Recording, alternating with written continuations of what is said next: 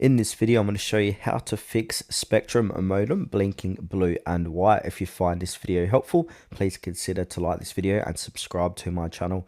In saying that, let's just jump straight into the video. Okay, so there's a few different ways how to fix this, but the first thing what we need to do is go ahead and check Spectrum service status. So go to Spectrum's outage page or use the My Spectrum app. If there's an outage in your area, you need to wait until Spectrum restores the service. The next thing we can do is power cycle the modem. So unplug the modem's power cable. This is at the back of the unit, and then wait for at least 1 minute. Then plug it back in and allow up to 5 minutes for it to reconnect. Also, while you're back there, check the cable connection. So ensure the coaxial cable, the screw-on cable, is tightly connected to both the modem and the wall outlet. Make sure the power cable is firmly plugged into the unit. And now if using a splitter, try connecting the coaxial cable directly to the modem, bypassing that splitter.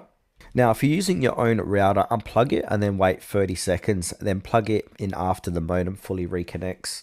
Now we might need a factory reset if needed, so press and hold the reset button on the back of the modem for 30 seconds. It looks like this in the image to the right. Release it and wait while it reboots and reconnects. But take note, this clears custom settings like Wi-Fi name and password, so you're going to have to re-add them in later. Now we might need to also try a different coaxial outlet. So if you have another cable outlet in the house, plug the modem in there to rule out any faulty outlets.